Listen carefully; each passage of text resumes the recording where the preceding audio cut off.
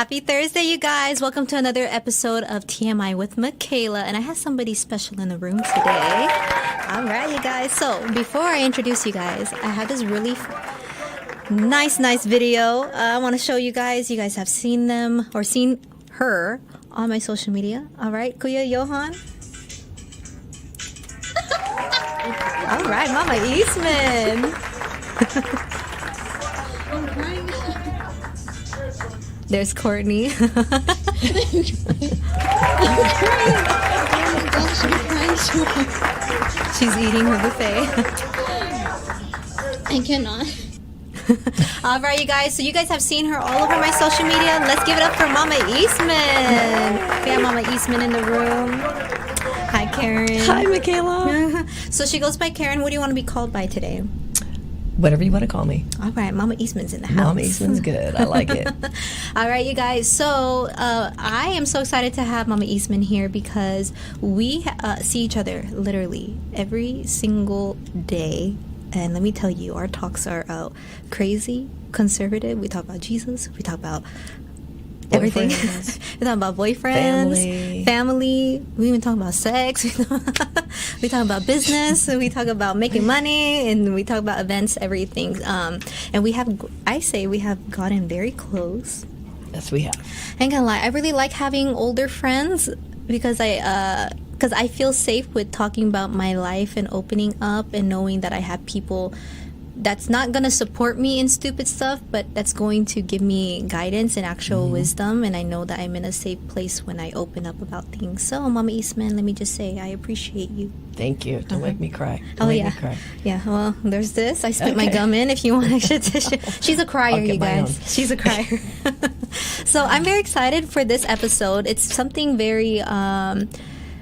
I don't want to say sacred, something very vulnerable, I guess, for me to talk about. I'm huge on family, and I think it's very important for us to talk about it now with everything going on in the world. I just feel like family is no longer like a priority or valued anymore. And there's so many people that are just like, oh, baby daddies. I have a bunch of baby daddies. I have and divorce is something that's very normal now. And we even talked about it. I think you have a friend who owned the chapel, and their numbers in marriage went down over the years, right? So it's interesting. I have a friend who's an officiant. Oh, there you go. And what I thought was really interesting about that is he showed me he didn't show me. He went through his entire stack of who he had married for the month. And of all the people that he had married that month, not one of them was under the age of 30. Not one of them. That's crazy. I just thought that was interesting that people are waiting or maybe not even getting married at all. Yeah. And maybe it's a commitment thing. I don't really know. Well, this topic could go towards marriage, this topic could go towards kids, but today I want to talk about the importance of involved parents. And we'll talk a little bit about marriage and love and families, but yeah, I think it's very important because everything starts from the home. And actually, Mama Eastman, if it wasn't for our daily conversations, I feel like my viewpoint when it comes to family has gone through different roller coasters. Like growing up, I always thought it was a goal to have a family. Like, oh, it should be my goal to be a mom when I grow up. And then I guess like years later, that idea for me kind of changed. Like, I don't want to settle down. I don't want to have kids. And then now things are, my idea for family has changed, and I'm actually grateful and happy with the little changes that are happening. But I want to have you talk more. I'm not a parent. I have a dog. Okay. That she calls her son, by the way. I call Stop him my calling son. him your son. Stop it. I said, why shouldn't I call him my son? And she's like, you sound like one of those parents who dresses up their dog. I was like, I am actually on Christmas. All right, Mama Eastman. So you are a mom of 2, correct? 2 boys, yes. 2 boys. And how has that been? So it's been amazing. It's amazing. I'm all around boy mama. I'm scared to death of girls. I didn't have the best relationship with my mom, and I'm an only child. And so my only vision is what the relationship would be with me and my daughter, if it would be similar to that with me and my mom. Oh, I got you. And so that's why I'm scared of girls. Well, drama is another factor of that, but boys seem to be easy. My boys are very kind, super sweet, nice humans. I'm very, very grateful for who they are and what they represent. Aww. But I think it really, really starts with the relationship between you and your spouse, you and the person that you chose. That's true. I think there's a lot of discussions that need to happen, and agreements and disagreements, and agreements to disagree. Does that make sense? So we're all raised differently, and we're all raised with different manners and different ideals and values, right? Because each family is very, very different. So we have to agree that it doesn't all have to be my way. His way could be right as well. So we have to kind of come to a meeting of the minds in a lot of those areas.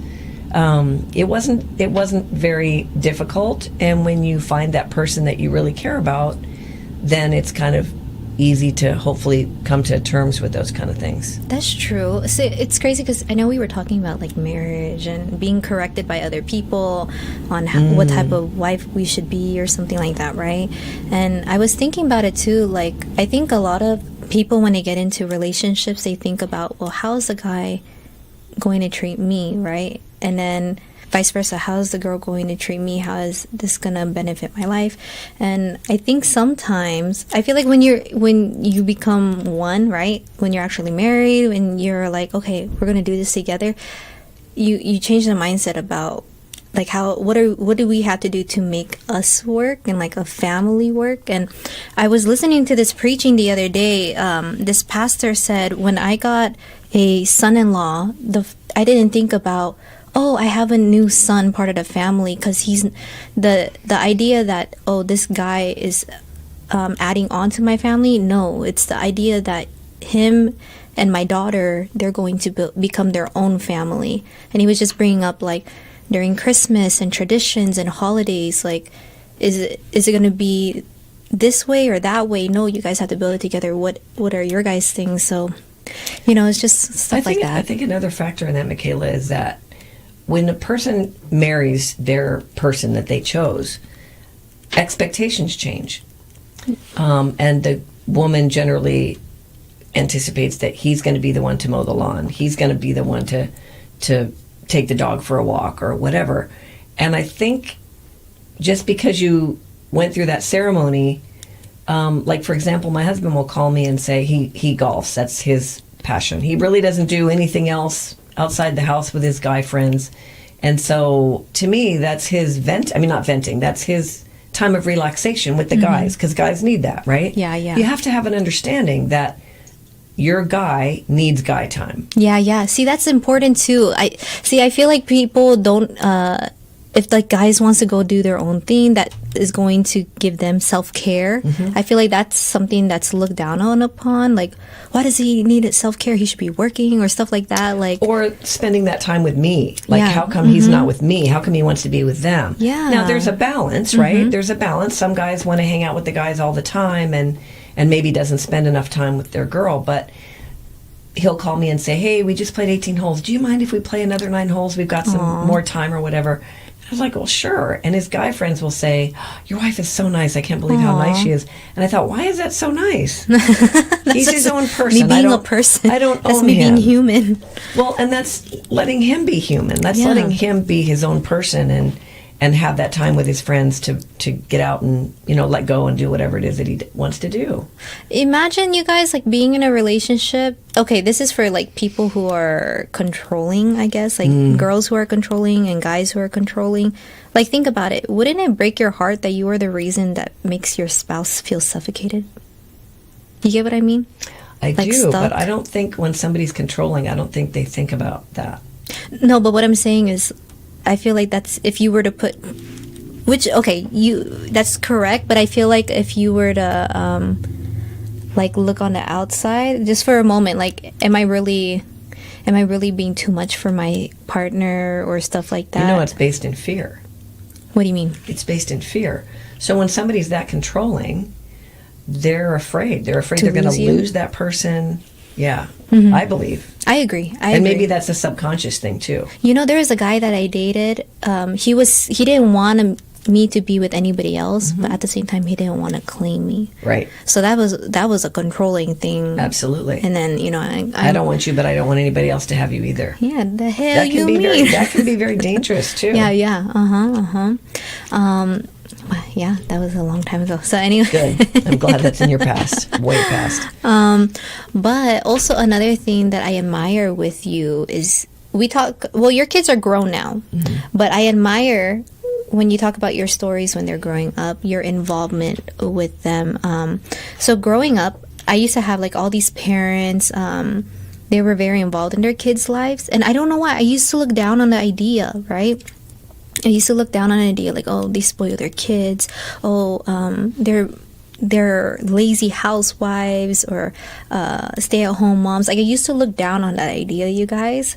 But now I feel like like you said, expectations change. I don't want to say expectations, but I guess my ideas of what satisfies me kind of changes. Like before, I used to be like, no, I am never going to let a guy take care of me. I could take care of myself, like that type of thing. I don't need no man and stuff like that. Well, I feel like if I were to be a single mom. And you do know the man needs to feel valued. So yes, it's 100%. not a matter of you're like sometimes a man will open a door.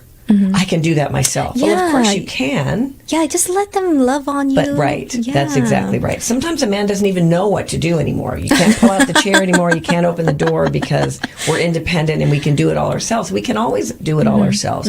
But it gives them value. It gives the man value. 100%. So I think for me, before I used to be like, oh, I don't need. There's a guy I dated, I even told him, do you think I need your benefits? I don't need your benefits. So there was like a lot of like pressure on me too, because of the situation that me and the guy was in. I felt like I had to kind of prove myself. So it did become like, I don't want to say competitive, but I felt like it brought out a different side of me instead of me being like vulnerable. And don't you feel like feminine. each one of those situations change you a little bit? Oh, 100%. 100%. Them too. When they're around 100%. a girl that doesn't want them to do anything, they don't want them to pay, or they don't want them to open the door, or whatever the situation is, they're afraid when they go into that next relationship, I don't know if I should do that. Yeah. You know, there's this other guy I was talking to. He actually had me pay. I was like, what is this? Like, I was like, well, you're an independent woman. But where I was going on with this shift, right? Because there's like a shift now in my mindset and in values and goals that I have. Like, because I'm always on the go, right? I always have different events going on. Like, I'm always on the go, and sometimes there's so much going on in my head that people would talk to me. I don't even know what the heck's going on. So, like, and it affects like the way that I am with people, right? Because I'm not really paying attention. And then, like, when I babysit my cousins and stuff, I'm like, yeah, whatever. Just tell your parents, yeah, we'll do it. Like, I'm not even engaged, right? So I was thinking, like, later on when I have kids, I don't want to be that type of parent. Right. That's like, yeah, whatever. Like, I don't want to just be a provider and making sure my kids are alive. I want to make sure that I'm invested into their life. So the idea of, like, being a house mom or housewife, like, I don't look down on it as much as I did before, because I guess now my goals are, if I ever have kids, I would want to set up my life in a place where I'm able to be as involved, like, you know what I'm saying, not working back to back, or like, oh dang, I have my kid's graduation, I can't even show up. Right. And, you know, I don't want to be in that place. And like I see so many things on social media where parents or adults, they bash other parents for how much they give their kid. And what are you talking about? Give them as like, far as for example, there's like this post on social media, like this mom, she makes lunch for her kids, and she doesn't just give Lunchables or something, like she makes them into stars and stuff, and like she goes all out for her husband's lunch and stuff like that. And then I would read the comments, they're like, oh, must be nice that you don't have a job, must be nice to be a stay-at-home wife, must be nice you have all this time on you, and then stuff like that. And in a weird way, that's a compliment. Yeah, it's actually a compliment, because I think for a part of me, there was a moment I was like, yeah, why is this girl doing all this extra stuff? But then I'm like, you know, now that I'm older, I'm like, you know what? When I do have a kid, I want to freaking give them the world. Like, why should I be attacked if I want to give my kid a better life, if I am capable of giving them a better life? You know what I'm saying? My husband works. He's been at the Bellagio in the Prime Steakhouse for 25 years. Mm-hmm. And that's pretty much the entire time our kids have been growing up together. Yeah. And every night when he got home from work, after 8 hours, he's ready to sit down and watch TV and, you know, relax. He would make lunches for the boys. And every single time he would write them a special note. Hey, don't climb the ladder. Don't be that guy. Aww. Whatever his little special thing was, just so that they knew that he was involved, because he was gone for the practices. He didn't get to go to the practices. It was always me taking him everywhere. Mm-hmm. And so he felt like he missed out on a lot. And that was his way of being able to be involved on a daily basis with them. So they knew he was plugged in as well. Oh, I love that. And I feel like your kids, I mean, I never really met them, so I don't know. But I feel like your kids, they see the value in the small things that you guys do, which is important. Because I ain't gonna lie, like there are parents who bust their butt to take care of their kids and to give them the best. And I ain't gonna lie, there are kids who just doesn't appreciate it, right? Don't even see the value in it. Right. So it is hard, because you don't want to tell a kid like, you should appreciate me. Like, you would hope that they just appreciate it on their own. So that's also difficult too. How do you feel with this generation? How do you feel like kids are growing up now? So because my kids are older, I don't have that interaction so much with the younger kids. So I don't really see it on a one-on-one basis, but I just feel that there is a disconnect. I don't know if it's because people are not sitting at the table. Our kids were not allowed to have their phones at the table, because when they were coming up, cell phones were just coming out pretty much. And the Apple phone just came out. I think my son was in 8th grade, 6th grade or 8th grade when the iPhone came out. I remember the first time I saw an iPhone, I saw this girl do this to look at a picture, and I went, oh, I have to have that.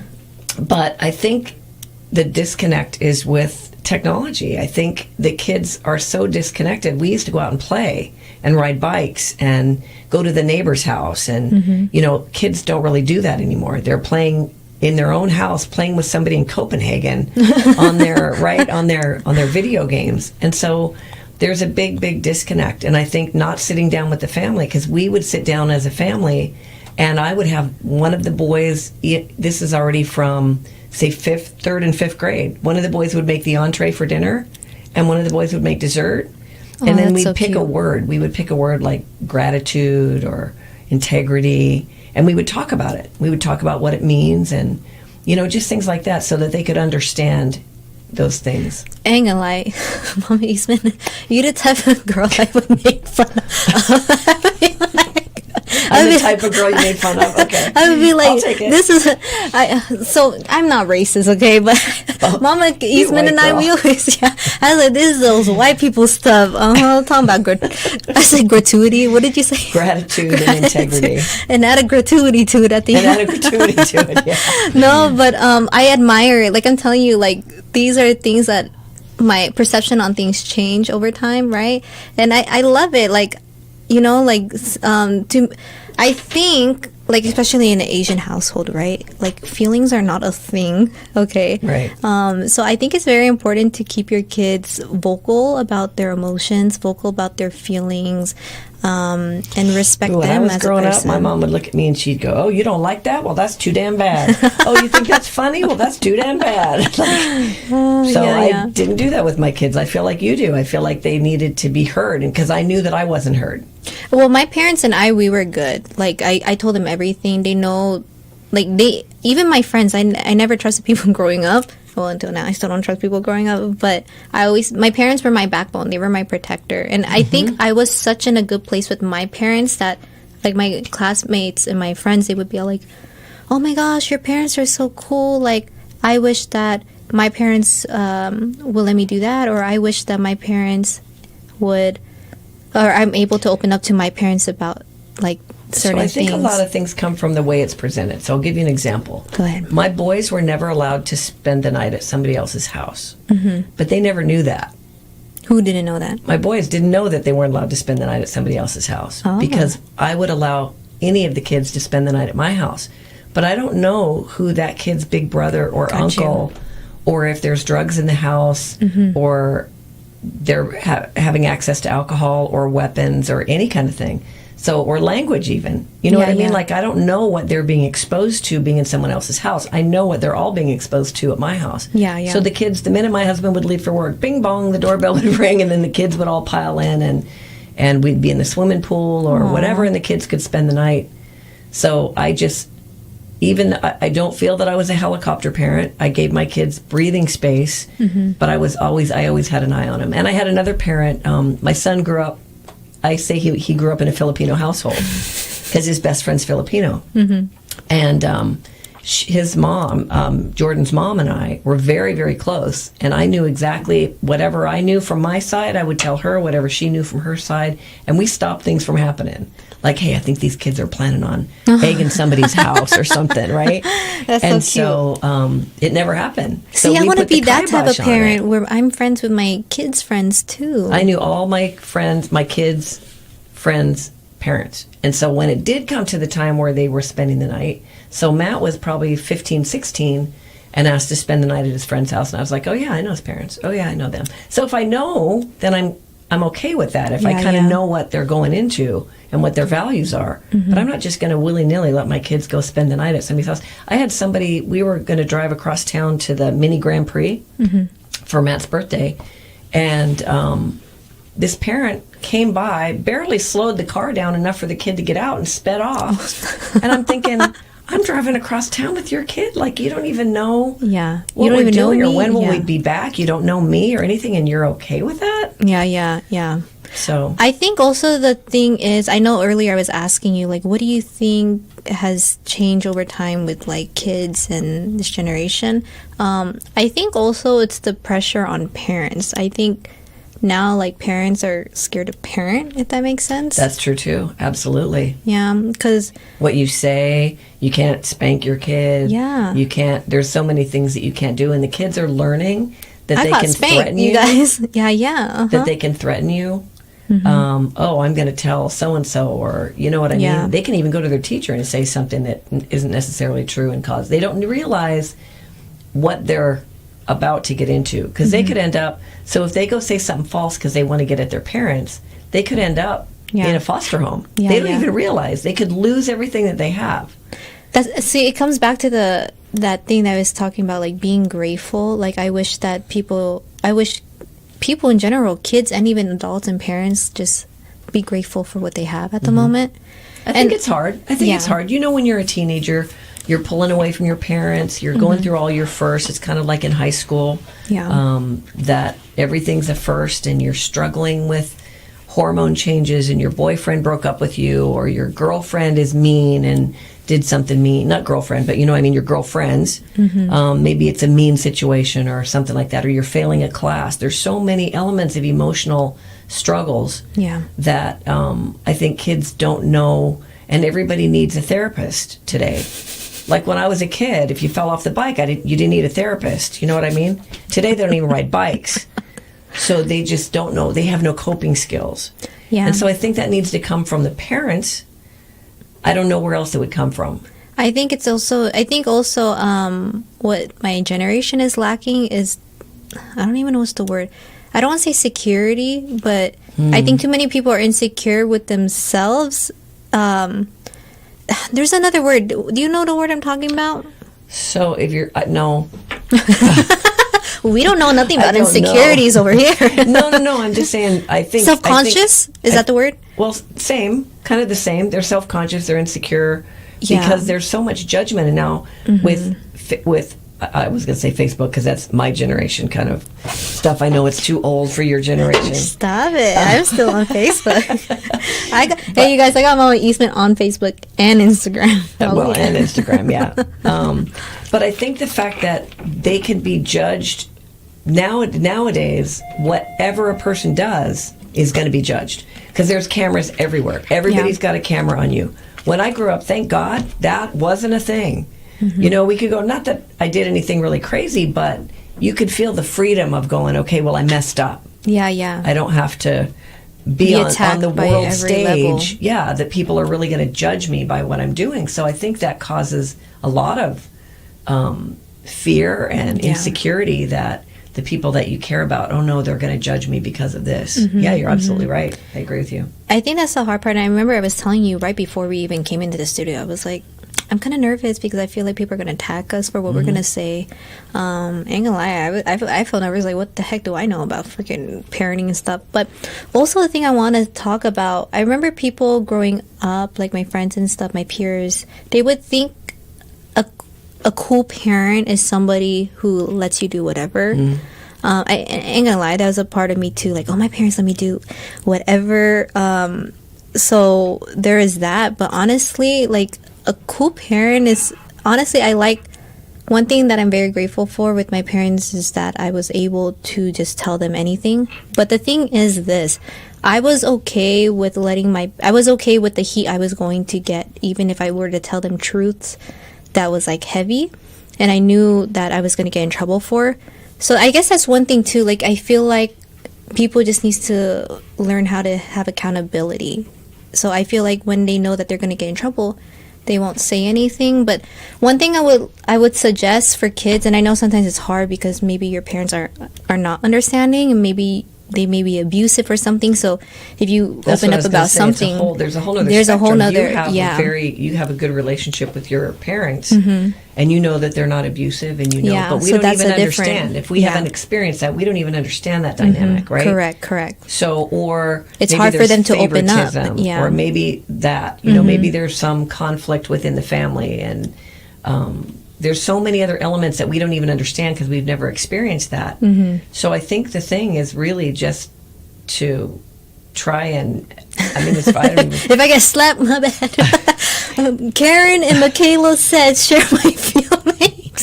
Just share your feelings. Tell them, Mom, Dad, I don't like the way that you talk to me. It really hurt my heart. And there's like parents like slap me across the face like, girl, get your emotions straight. Yeah. And it depends. It might come from one side of the family. It might come from the dad. It might come from the mom. They feel like they can talk to one, but they can't talk to the other. And it's hard, too, when both parents are not on the same page either, right? And it's also hard when you have separated. Yeah. Mama Eastman, you and I are thinking on the same boat. Like, separated families, right? So when you have some families, when you go through a divorce, some parents, they're not just co-parenting. Some of them don't even consider co-parenting. They're just thinking about their own situations, which isn't a bad thing. But now it changes the way that you raise your kid, and it changes, there's like also a accountability situation, like kids. So I don't want to talk too much into my family situation, but there's some times where, like, I see some kids, they could take advantage of their parents. Oh, sure. Right? Like, oh, well, dad told me this.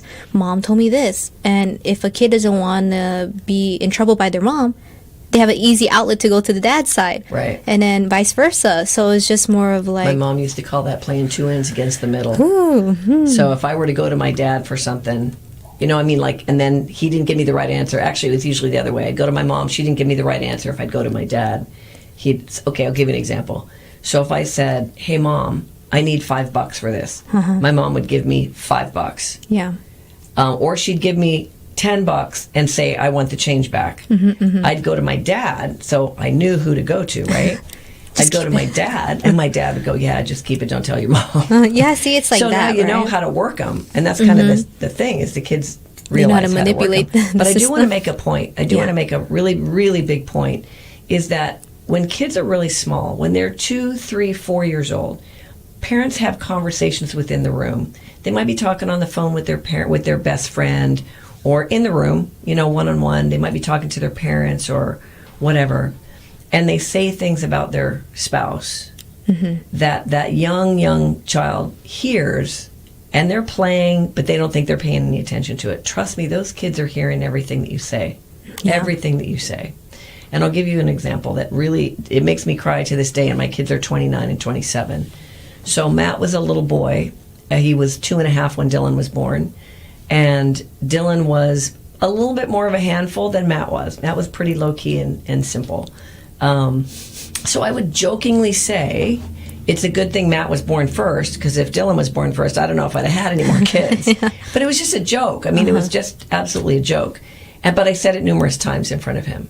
And so it was derogatory, not derogatory towards Dylan, but more derogatory towards him than certainly Matt, right? And one day we're in the car, and again, Matt's only like 3 at this point, and he says to me, Mommy, I'm so glad that I was born first. And I said, why is that, Matt? And he said, because if Dylan was born first, you wouldn't have had me. Aww. And it just hurt my heart so much that he took that. Oh, to you heart. are. She said, I was going to cry. Good. No, your eyes are tearing. I already see I know. it. Here, take the tissues, Mama Eastman. I got the tissue. I can't give you this. No, it just makes me emotional, because we really don't realize that, especially if there's a divorce or maybe a separation, or there's arguing in the family, or, you know, whatever, and you're talking on the phone and you're saying something and you're thinking, and you're not even talking about the kids. You're talking about something that happened. The kids are picking up on that, and they're thinking that they're responsible in some way for what's happening. And so be very, very careful about what you say around your kids. I know you don't have any kids. I'm talking to the audience. Yeah, you hear that, Milo? Yeah, no, just be very careful. Yeah, Milo.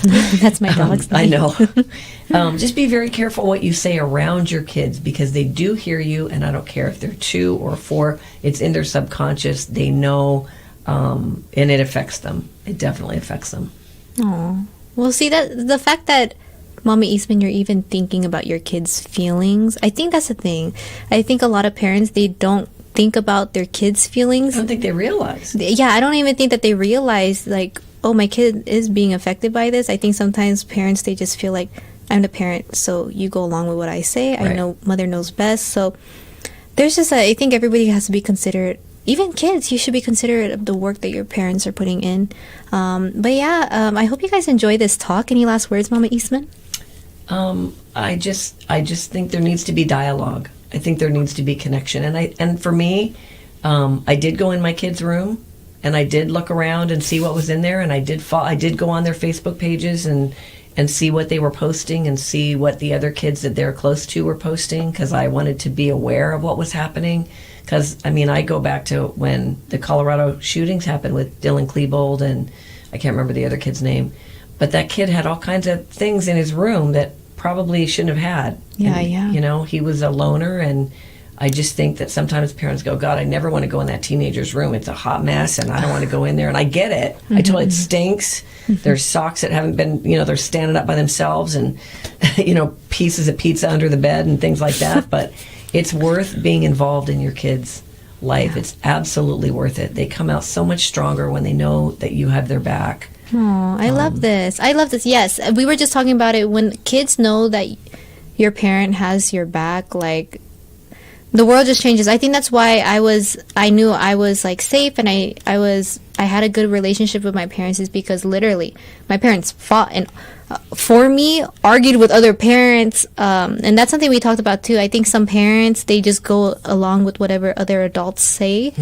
and they don't really give their credit. We don't know, but we don't know. Yeah, every situation is different.